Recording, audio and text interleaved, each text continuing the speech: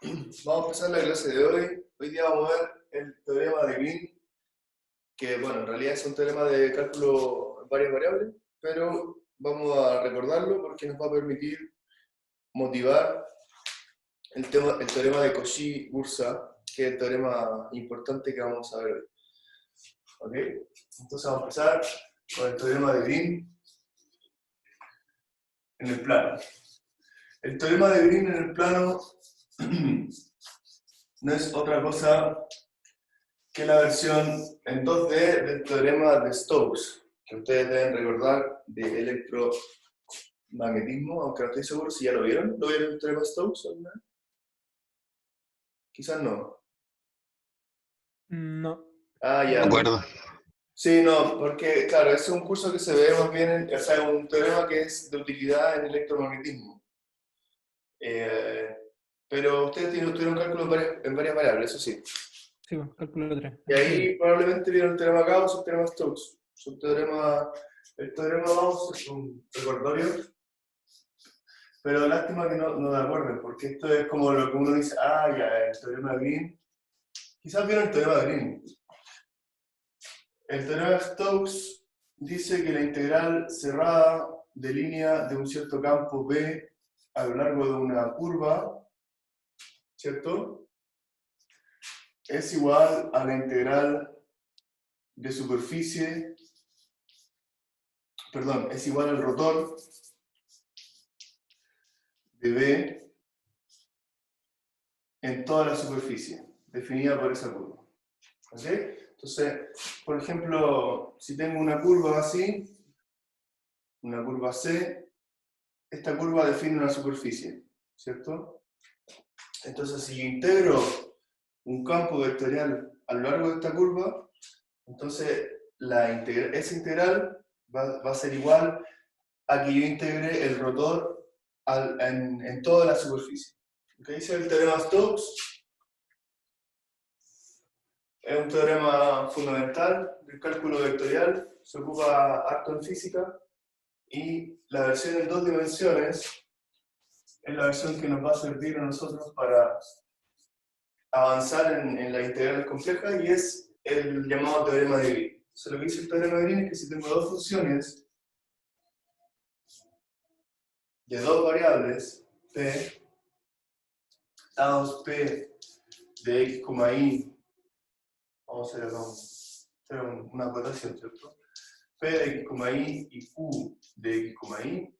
Entonces la integral de estas funciones P de x,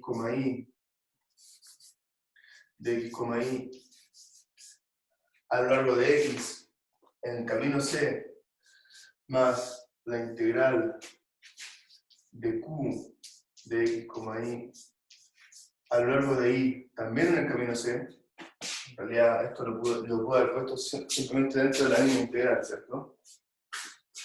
No para que escribir las dos integrales. Esto. Si se fijan, esto ya es como una integral de línea, ¿cierto? Es como un producto punto. ¿Sería un producto punto entre qué? Esto podemos verlo para hacer una analogía con esto. Yo lo puedo ver como el producto punto entre P, Q, un vector en 2 dimensiones, por dx de y, ¿cierto? Entonces acá tengo ese ds y acá tengo ese campo. Esto es una manera de escribirlo nomás, pero antes lo van a ver así. Entonces lo que dice el teorema es que eso es igual a la integral doble, es decir, la integral en la superficie definida por este camino, un contorno cerrado simple, de q, y acá aparecen las derivadas, a de x menos de p a de y. Fíjense que las derivadas son cruzadas, ¿cierto? Acá está quedando p con respecto a x y la derivada aparece con respecto a y y con signo menos. De x de y. Ese es el teorema de Green, ¿okay? Un teorema de cálculo en varias variables. Entonces, ¿por qué esto nos puede servir para lo que estamos viendo? Bueno, recordemos que una integral compleja, hagamos Pongamos acá explícitamente que esto es una aplicación. Aplicando el teorema de Green. Algo que no dije, ¿cuáles son las hipótesis del teorema de Green? Bueno, el teorema de Green tiene como hipótesis, no lo anoté, pero lo voy a leer, dice, sean P, Q y sus primeras derivadas parciales funciones continuas. En una región R definida por el interior de un contorno cerrado simple C, más los puntos de C. Es decir, en esta región, en S y también en C, tanto P como Q son funciones, tanto P como Q como sus primeras derivadas parciales son funciones continuas. Esas son las hipótesis del teorema de Green. ¿Okay? Entonces, apliquemos el teorema de Green ahora a integrales de este tipo. Una integral cerrada en un contorno simple de una función compleja. Que es lo que nos interesa, ¿cierto? Yo puedo escribir esto, como habíamos dicho en la clase pasada, yo puedo escribir esto como la integral en un contorno simple de U más IB. El diferencial de Z lo puedo escribir como parte real más I veces parte imaginaria. Y esto yo lo puedo desarrollar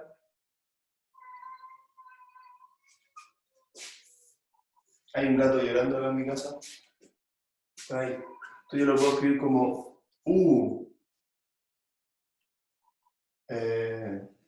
Claro. U de X menos B de Y. ¿Cierto? Esa es la parte real de toda esta expresión. Más otra integral, que va a ser la parte imaginaria. La parte imaginaria, que es la integral B de X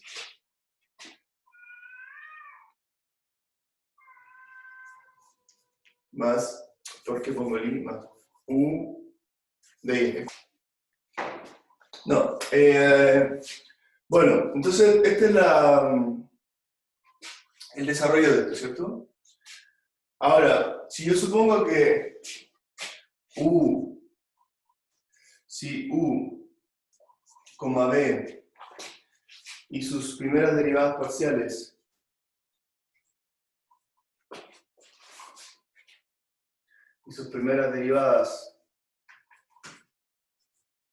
son continuas, es decir, si yo asumo las hipótesis del teorema de Green, ¿cierto? Que está acá, entonces puedo aplicar el teorema de Green a esto. Apliquemos el teorema de Green a esta expresión y a esta expresión. Entonces, a la parte real me va a quedar la integral doble, ¿cierto? En dx de y. ¿De qué? Fíjense que el P es como el U. O sea, el U es como el P. Entonces, y el I y el menos B es como el Q. Entonces acá me va a quedar menos de B a de X menos de U a de Y. Integrado en dx de Y en la superficie definida por este contorno, ¿cierto? Hasta ahí, cualquier duda me preguntan. Pero simplemente estoy reinterpretando esta integral ocupando como si el U fuera el P y el menos B fuera el Q, ¿cierto? Y aplicando el teorema de Green acá.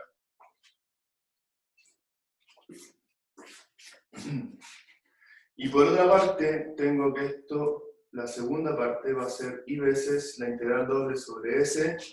¿De qué? Ahora el B es el P, ¿cierto? Y el U es el Q. Entonces me queda de U a de X menos de B a de Y. De X de Y.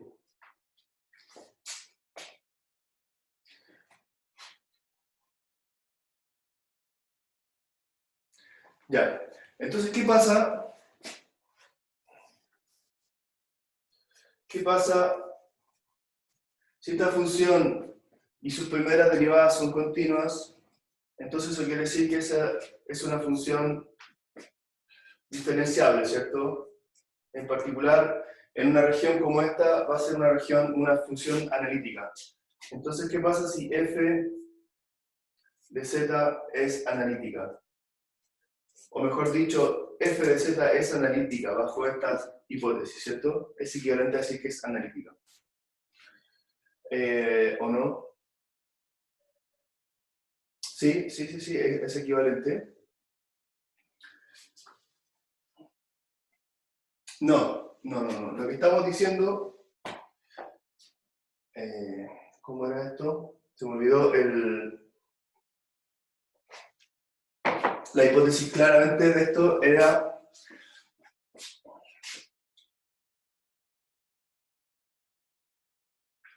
Claro, veamos si es analítica, porque eso es lo que en el fondo nos va a dar el teorema de Cauchy-Boursin.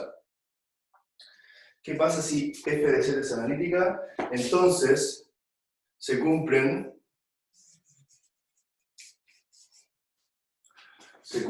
las ecuaciones de Cauchy-Riemann, ¿cierto? ¿Qué dicen las ecuaciones de Cauchy-Riemann? Dicen que dB a dx es menos du a di y que du a dx es igual a dB a di, ¿cierto? Por lo tanto, si se fijan, eso es equivalente a decir que esto se anula y que esto se anula. Acá, este signo de acá nos ayuda, ¿cierto? Porque tenemos, si yo despejo esto, me queda menos dB a dx menos du a di.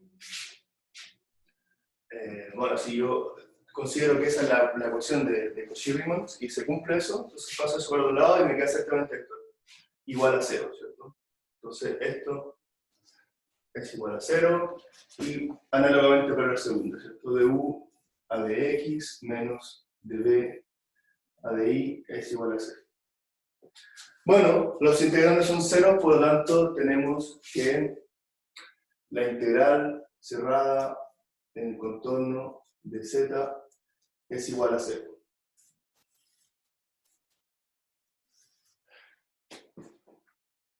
Entonces acá hay un detalle con respecto a las hipótesis.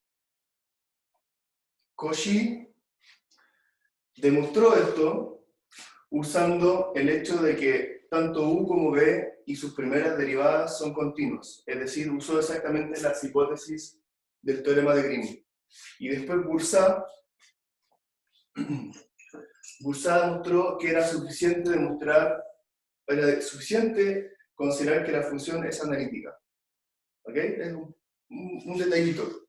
Pero por eso el teorema se llama Cauchy-Boursin, porque por un lado Cauchy usó las hipótesis del teorema de Green y después vino Boursin y dijo, mira, también puedes demostrarlo considerando simplemente que es analítica, no suponiendo que las derivadas son continuas.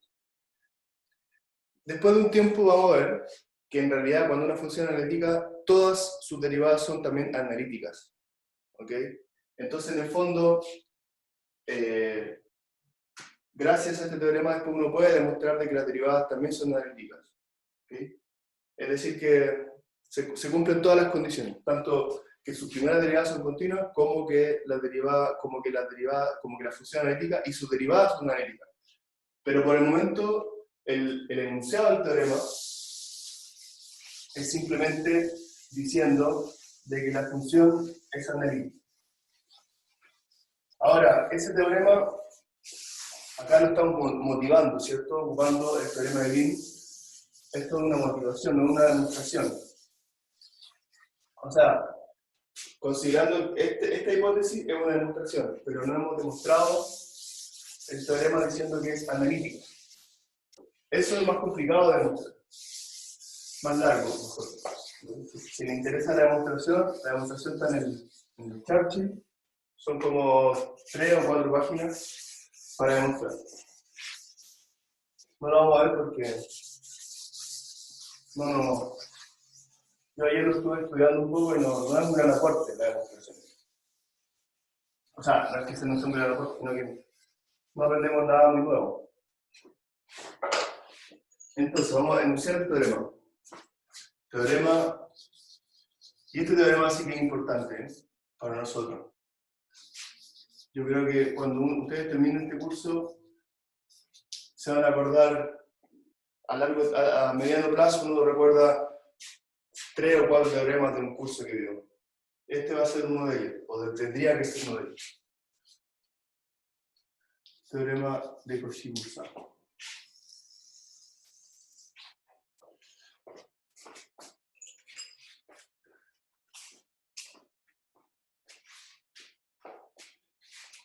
Entonces, sea C, la vamos a enunciar así tal cual, como corresponde, se hace un entorno cerrado simple, un contorno,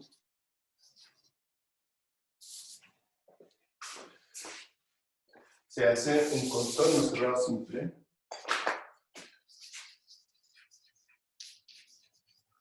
un contorno cerrado simple,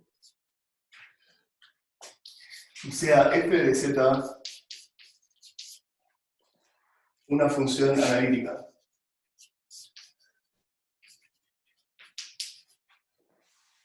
Una función analítica en el interior de C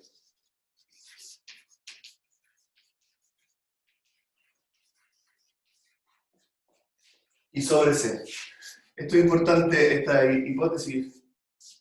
Van a ver ustedes que se repiten mucho. Vamos a hacer el mismo dibujo acá.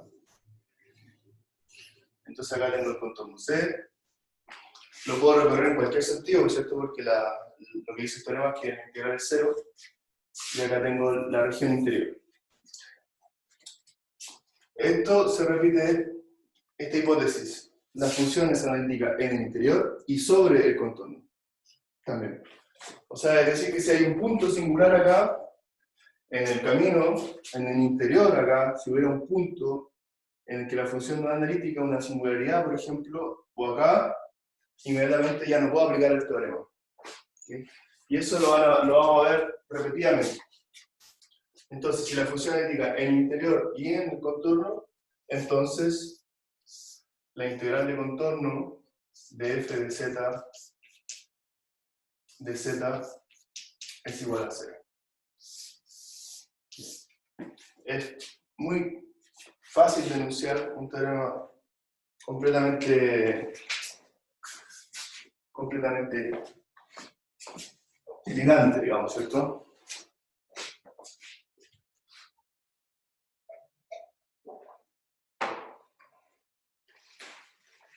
Veamos un ejemplo.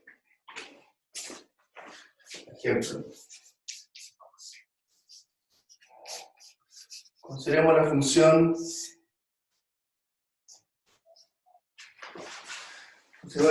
f de z igual z a la n, con n pertenece a los naturales más el 0. N sub 0, decíamos eso, no sé si se acuerdan, esa nomenclatura un poco escolar, ¿cierto? N sub 0.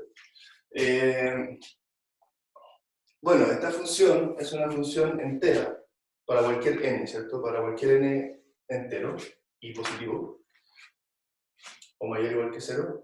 Entonces,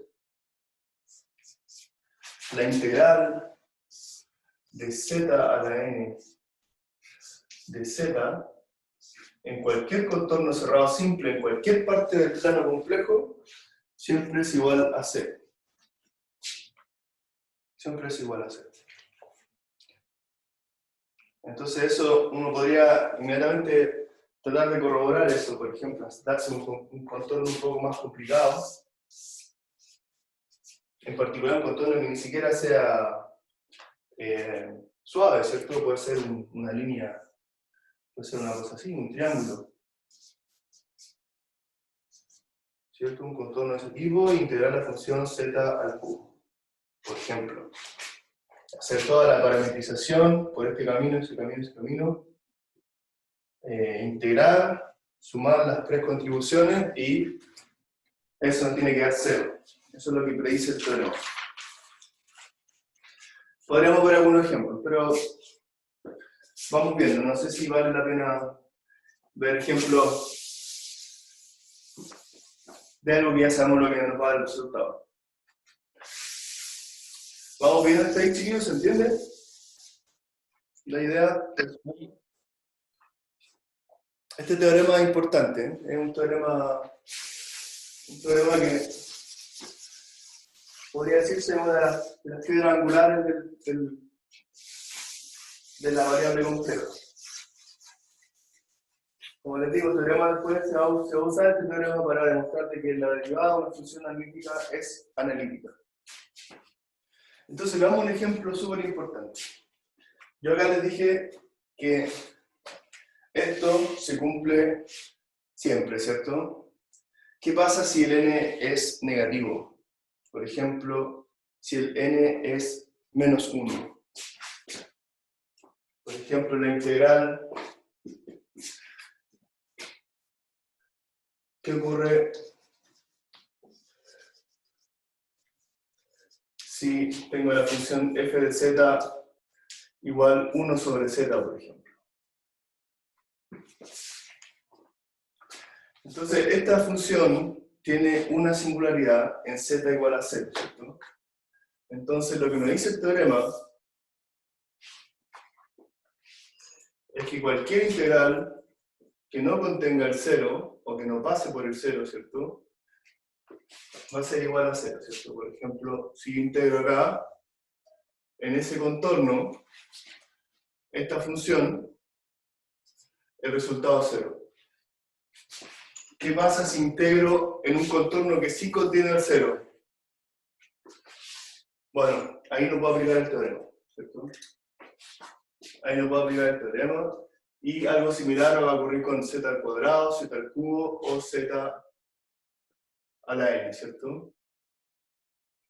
Entonces calculemos, veamos explícitamente cuánto nos da esta integral para cualquier valor de n y conteniendo el punto singular que es el punto del origen. Entonces calculemos, obviamente, si lo calculo voy a tener que elegir una curva, ¿cierto? Ya uno no puede hacer un cálculo en cualquier curva. Ese es lo poderoso de este teorema, que yo ni siquiera digo la forma de la curva, ¿cierto? Eso es lo increíble.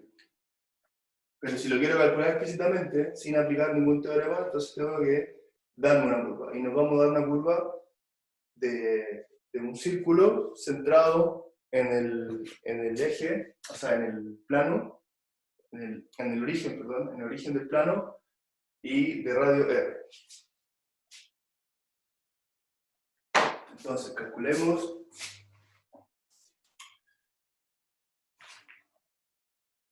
z a la n de z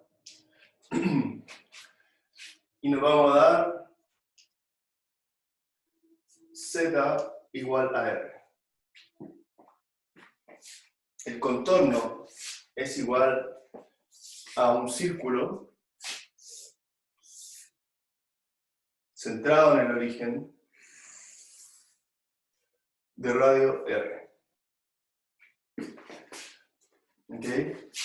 Entonces, ¿cuál es la parametrización más natural de este círculo? Es decir, voy a dar la parametrización en función de un parámetro real θ, que va a ir entre 0 y 2π. Esta es la parametrización, ¿cierto? La parametrización. Entonces voy a inventar una función z de θ igual a r por e a la i θ. Entonces esa función, cuando yo me mueva desde 0 a 2pi, va a recorrer todo el círculo. Es decir, hace el camino que a mí me interesa para integrar.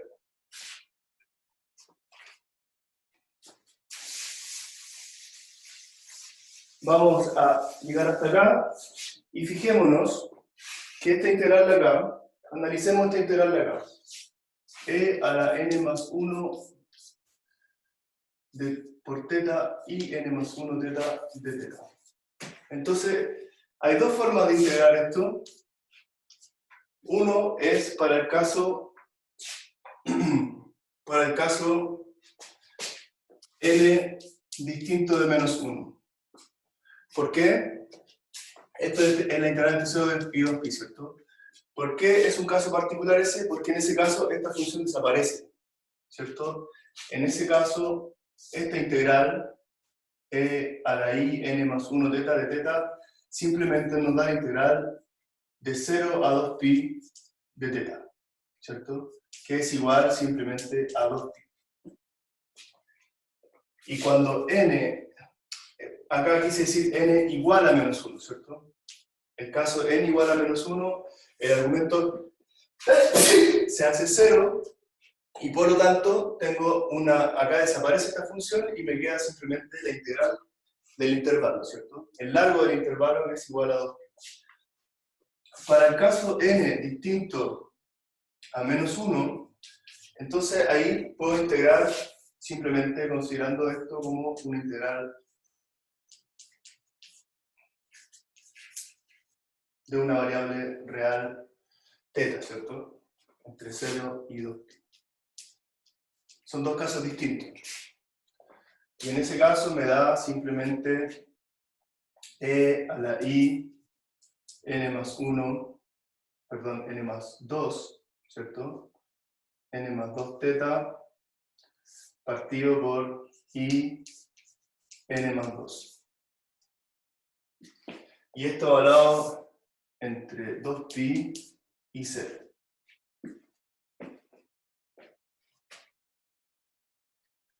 ¿Cuánto vale esa integral?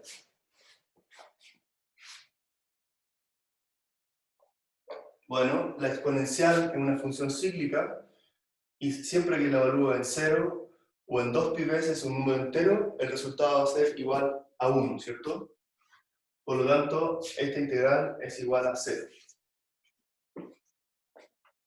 Entonces, resumiendo, tenemos la integral de z a la n de z es igual... ¿Profe? ¿Sí? ¿Dónde dejó el Rn más 1i? Ahora lo voy a escribir. Ah, ya. Ahora es que estaba integrando esto, no, por mientras. Lo que puse allá es la integral es solamente esta parte. Ya. Pero claro, ahora cuando escribo el resultado completo, tengo que considerar ese r a la n más 1i. ¿Cierto? Entonces, fijémonos. Primer caso n igual a menos 1. Esto me queda un poco grande acá.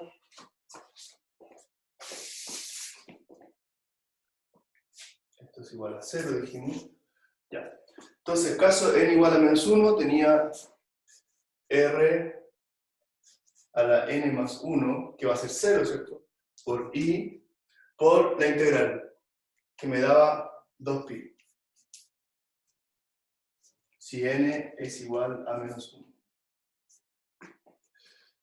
Y 0 si n es distinto a menos 1. Para cualquier número entero, ¿cierto? Yo integro sencillamente esto y el resultado es 0, por lo que les decía que la exponencial es cíclica. ¿Cierto? ¿Cuánto vale esto? Para n igual a menos 1, esto va a dar r elevado a 0. ¿Cierto?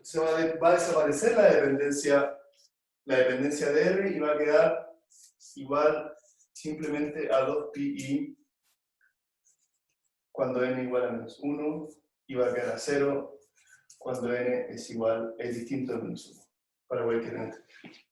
Ese resultado es fundamental. Es fundamental. La integral en torno al origen de un contorno cerrado simple. Ahora, por el momento lo demostramos para un círculo solamente, ¿cierto? Pero ahora, en breve vamos a ver de que eso es válido en realidad para cualquier cosa que yo integre, cualquier contorno cerrado simple que yo integre en torno al origen de esta función, de z a la n. ¿Okay? Para cualquier n, esta integral nos va a dar 0, a pesar de que acá adentro, para los n negativos, acá hay una singularidad, ¿cierto? Por ejemplo, z al cubo no está definido en 0, ¿cierto? Sin embargo, igual, cuando yo integre en torno al origen, el resultado va a ser igual a 0. El único caso en el que no es igual a 0 es esta función de acá, 1 sobre z. Para 1 sobre z, la integral, lo acabo de mostrar por un círculo, pero vamos a ver que es válido para cualquier contorno, la integral de 1 sobre z de z es igual a 2pi i. Ese es el gran resultado. Es algo que va a tener relevancia más adelante. Es decir, que este n igual a menos 1 tiene un significado profundo. Para entender el significado profundo, o sea, para ocupar este significado profundo en otro contexto, vamos a tener que llegar hasta las series. Cuando veamos series, vamos a ver que este n a la menos 1, n igual a menos 1, el término de la serie 1 sobre z, de todas las series, el término la constante que acompaña a este término va a tener una relevancia. Eso es lo que, si quieren verlo después, pues, adelantar un poco, eso es lo que tiene que ver con el teorema del residuo. ¿Okay? Se llama el teorema del residuo. Por el momento tenemos este resultado. Entonces, veamos, sigamos avanzando con respecto a estas integrales, las propiedades de la integral. Hagamos un mini resumen, ya que la clase estuvo un poco, para variar, un poquito tartamuda. Vamos a hacer un resumen súper corto. Entonces, resumen lo que hemos visto hoy. Resumen. Nosotros tenemos por un lado teorema de Cauchy-Boursin, teorema de Cauchy-Boursin, lo que dice que si f es analítica, ¿cierto? Tenemos que la integral en un contorno cerrado, analítica en el contorno y en su interior, entonces f de z es igual a 0.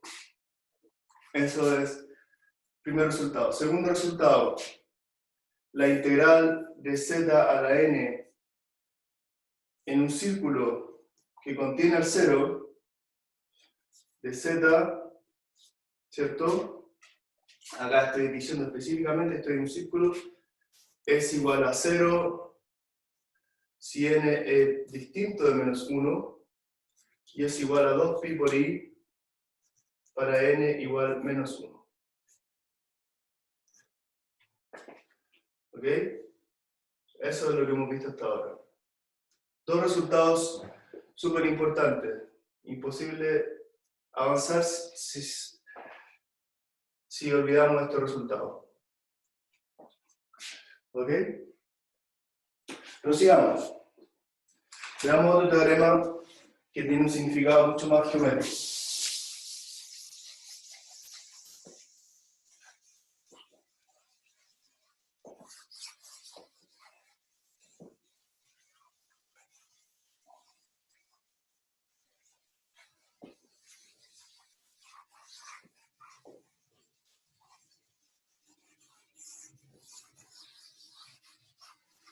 Ya.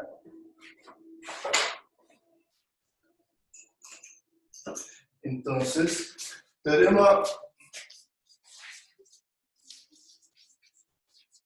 de deformación de contornos.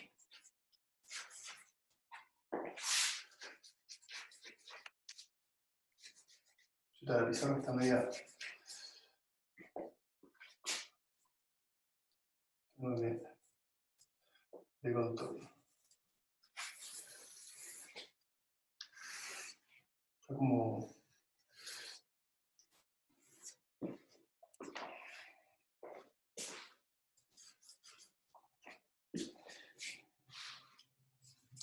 Ya, entonces consideremos dos contornos simples, C1 y C2.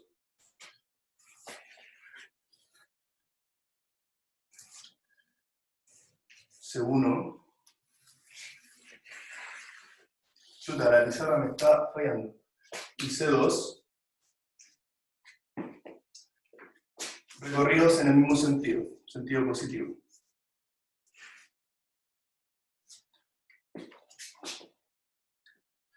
Si una función f de z es analítica en C1, en C2 y en todos los puntos del dominio doblemente conexo delimitado por C1 y C2, ¿qué estamos diciendo? Entonces vamos a suponer que f de z analítica en C1, C2 y pongámosle D. Entonces, analítica en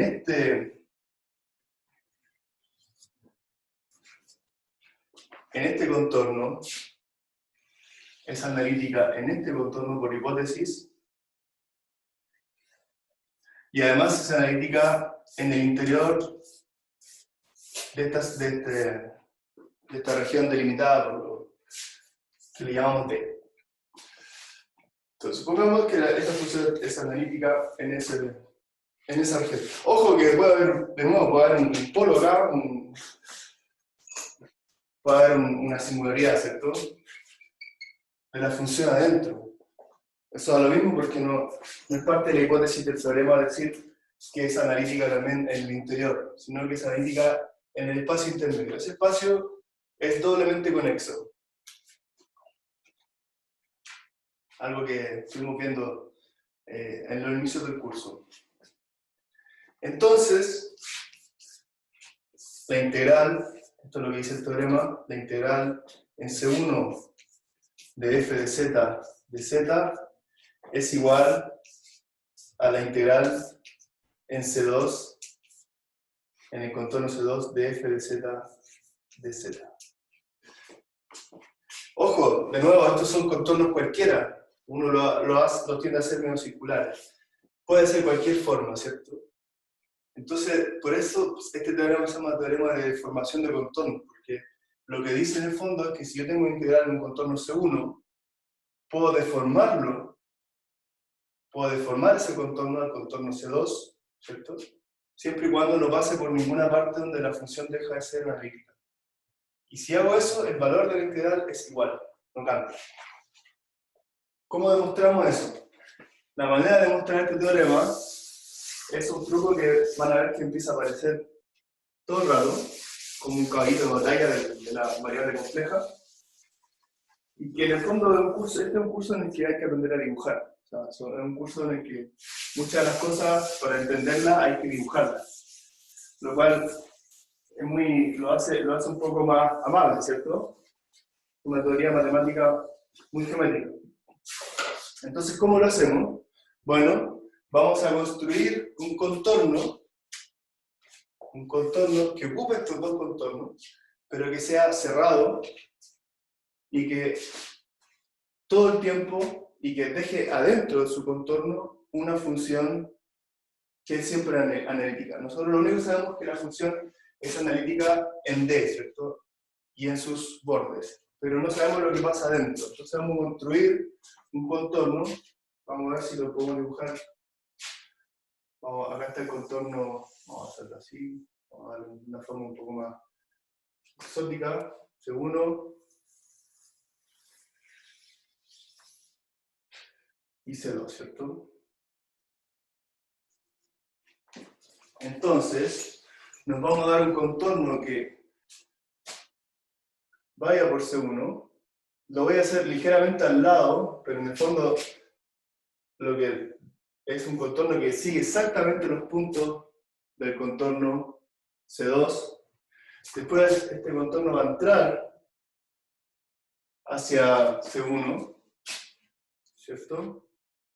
Va a recorrer la mitad de C1. No, va a recorrer a C1 completamente, pero acá ocurrió algo interesante, que lo recorrió en el sentido opuesto, ¿cierto? Para que esto tenga sentido, después se va a devolver por el mismo lugar, por donde pasó, pero en el sentido opuesto, y va a terminar de recorrer el contorno C2, en el mismo sentido. Ahora, si ustedes miran el contorno dibujado en color celeste, se van a dar cuenta de que ese contorno es un contorno cerrado, ¿cierto? No tiene ningún problema, es un contorno cerrado, y además la función f de z la vamos a poner con el mismo color. F de z es, ¿cómo le ponemos a este contorno? Pongámosle un nombre, pongámosle C. Es analítica en C y su interior. ¿Sí o no? Es un contorno en donde la función siempre analítica, por lo que decía acá, porque es analítica en D, entonces analítica en el contorno C y su interior. Por lo tanto, puedo aplicar el teorema de Cauchy-Boursin para decir de que en ese contorno C, f de z es igual a 0, ¿cierto? Esto es por Cauchy-Boursin.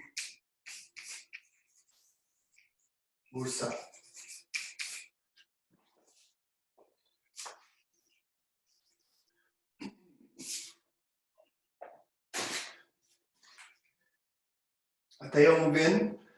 Entonces ahora lo que nos falta, yo puedo, pongamos el nombre a esta sección, ¿no? Esta sección la voy a poner el nombre C, no sé, pongamos el nombre C, A ese camino le vamos a poner el nombre CA, ¿ok? Va para adentro. Entonces el contorno C, yo lo puedo escribir como la suma de varios contornos, ¿cierto? El contorno C, en primer lugar, si yo parto de acá, es el contorno C2, más, ¿cierto? Por acá llego a este punto, después paso por CA, después recorro el contorno C1, ¿cierto? Pero lo recorro en sentido inverso. Entonces, menos C1. C1 recorro C1 y después entro y me devuelvo hacia el contorno C2, pero en sentido inverso. Por lo tanto, es menos CA. Entonces vemos que por las propiedades que tienen las integrales de anularse, o sea, de cambiar de signo cuando cambio el sentido en el que recorro el contorno, o el sentido de integración, vemos inmediatamente que la integral en CA se va a anular con la integral en menos CA, ¿cierto? Acá, en esta sección de acá. Entonces, en el fondo, la integral en el contorno C va a ser equivalente a integrar en el contorno C2 menos a integrar en el contorno C1. Es decir, vamos a cambiar de color, aquí la tiza se corta un poco mejor. Entonces, esto es la integral de f de z en C. No es otra cosa que la integral en C1. Claro, fíjense lo que estamos viendo, la integral en C2, perdón.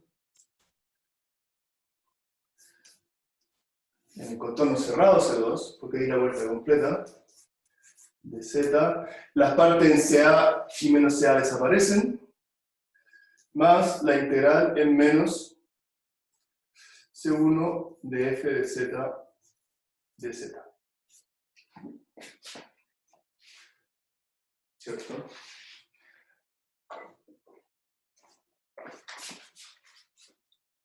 Así me faltó un poquito de pizarra acá.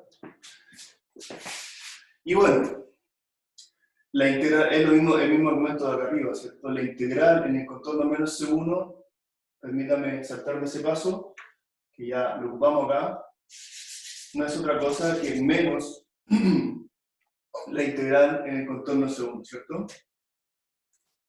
Recorrerlo en el sentido inverso equivale a cambiarle el signo de la integral. Y esto, por el teorema de Cauchy, es igual a 0, por lo tanto, esta integral tiene que ser igual a esta, que es lo que afirma el teorema. ¿Okay? Entonces esa es la demostración del teorema. Es una demostración, podría decirse hasta lúdica, ¿cierto? Como parece un juego. Bueno, ese es el teorema de formación de contorno. Entonces veamos qué otras cosas nos permite demostrar este teorema. Vamos a borrar acá. Vamos a borrar acá. ¿Qué borro?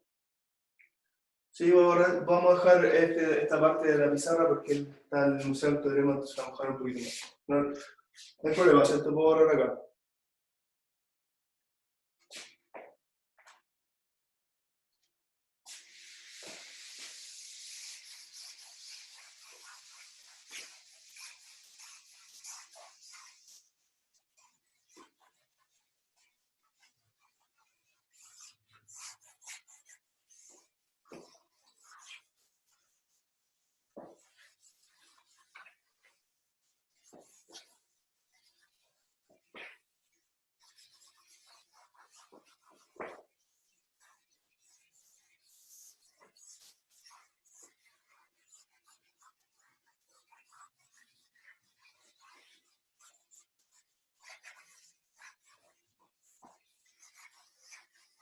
Ya. Entonces, vamos a ver otro teorema. Y este teorema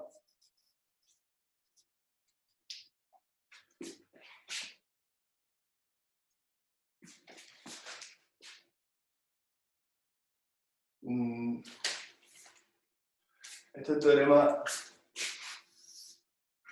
como un poco una generalización del teorema anterior para un caso específico, o sea, un caso más general, mejor dicho, no específico.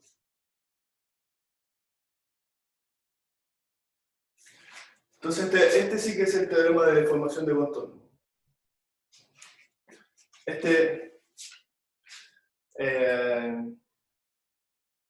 Claro, es la generalización de esto.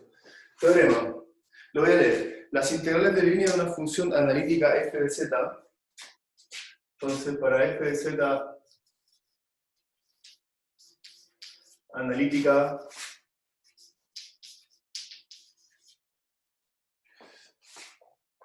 alrededor de dos contornos cerrados simples serán idénticas si uno de los contornos puede transformarse en el otro por medio de una deformación continua sin pasar por ninguna singularidad de f de z.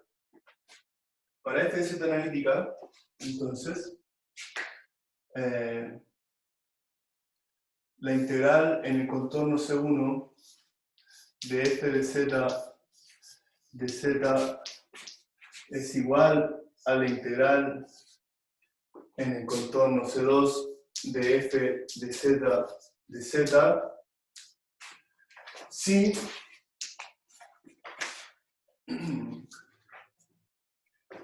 podemos deformar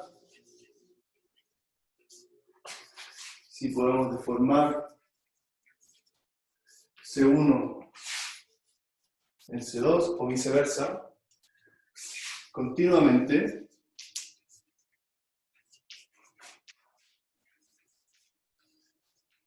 sin pasar por ninguna singularidad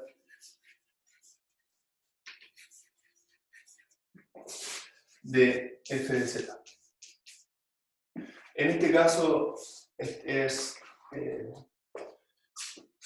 tenemos este caso ya demostrado, ¿cierto? Que en el contorno C1 la integral da lo mismo que en el contorno C2, y yo puedo cambiar el contorno C1 al contorno C2 y en el interior no haya ninguna singularidad, ¿cierto? Ese es un caso particular.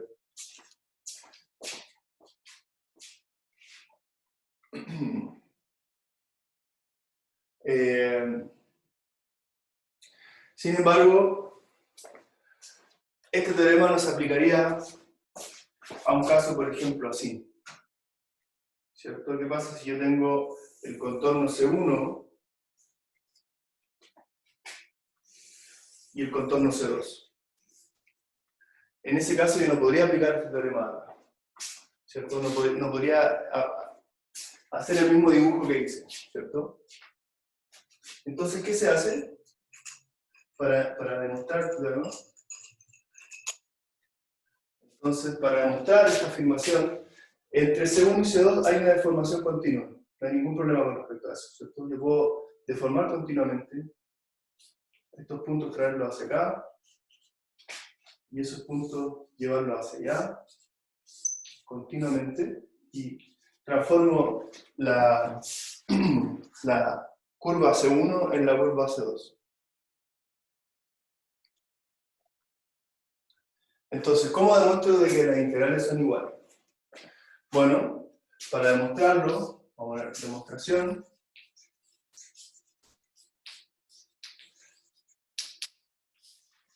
Y la demostración también es un truco. Nos damos, como todas las demostraciones en realidad, ¿cierto? Nos damos un contorno C0 interior a C1 y a C2. Es decir, lo que nos jode acá para aplicar el teorema anterior son estas intersecciones, ¿cierto? Entonces, bueno, ¿qué hago? Yo me voy a dar un contorno C0 acá, donde todavía sea la función analítica, ¿cierto? C0. Y simplemente ahora voy a aplicar transitividad, ¿cierto? Porque por este teorema anterior yo puedo mostrar de que la integral en C1 es igual a la integral en C2, ¿cierto? Porque el C2 está en el interior del C1. Y también puedo demostrar de que la integral en C2 es igual a C0, a la integral en C0. No sé si lo dije bien, pero puedo demostrar de que esta integral, la integral en C1 es la integral en C0, y además puedo demostrar, ocupando en ambos casos el teorema anterior, de que la integral en C2 es igual a la integral en C0, ¿cierto? Esto de signo igual es una aberración, ¿cierto? No tiene sentido igualar esos símbolos, pero vamos a poner una flecha así por aquí. Nadie se enoje. ¿Ok? Entonces eso demuestra de que la integral en C1 es igual a la integral en C2. Y este es el teorema llamado el teorema de formación de contorno. A este se le llama el teorema de formación de contorno por razones evidentes, ¿cierto? Puedo formar un contorno o no. Entonces ahora volvemos a nuestro resultado anterior referente al comportamiento de la función z a la n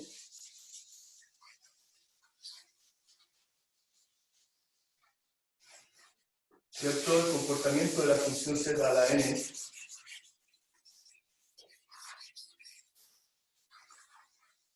esta tiza es difícil de borrar, voy a comprar tiza blanca.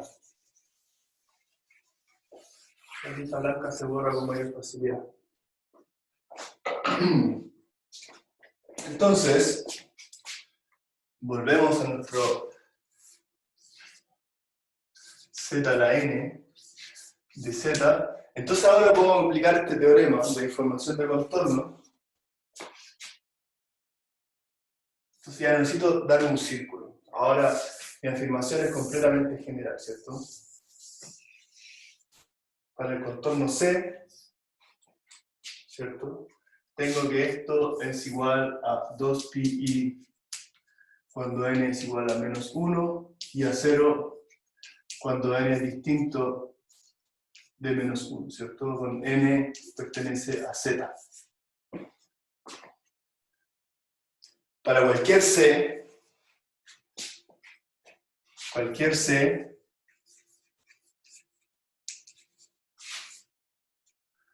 que contenga el 0, que contenga a z igual a 0. Entonces fíjense ustedes que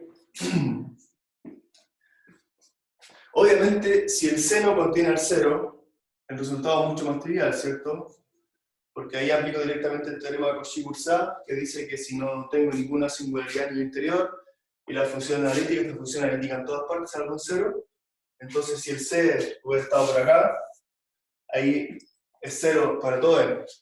El caso interesante es cuando yo incluyo la singularidad. Ese es el caso interesante.